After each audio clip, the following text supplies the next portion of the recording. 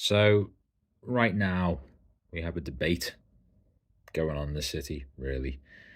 You can see from many of my vlogs that I'm preoccupied with old buildings, ghost buildings that are no longer there. I've even written a novel set in 1863, which features many of these places. And it's really important. We in this city, we're custodians, so we might not physically own a building or have a business interest in a place, but it's important to us to hang on to these memories, but not just that, to maintain what was there as much as we can. We've lost so much from the Customs House in 1948 to St. John's in and on St. George's Plateau in the 50s, all the way through to Lime Street recently, where they sort of put up a sort of depiction of what was once there. And recently, I've been part of a thread. I stuck some pictures up of what was the Beehive in Paradise Street, and has become um, a new place, funnily enough, called the Futurist. And I didn't realise that one of my former students reached out to me, and I didn't realise that he was actually part of naming it the Futurist, and had quite sort of honourable intentions attached to that, and sort of described how the person who purchased the leasehold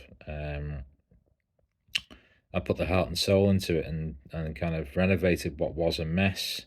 So that's an interesting argument from the other side, I guess. We're a city that deals with well, a massive part of our economy is the hospitality sector, which wasn't always called the hospitality sector, which was called pubs and places to eat, but now that's what it's called.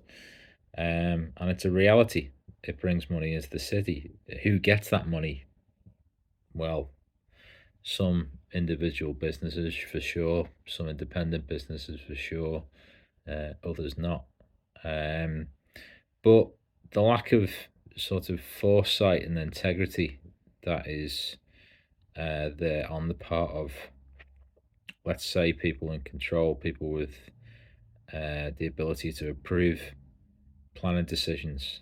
That surely should not be put at odds with growth or business or employment, really, or the city continuing to regenerate, as some people say it.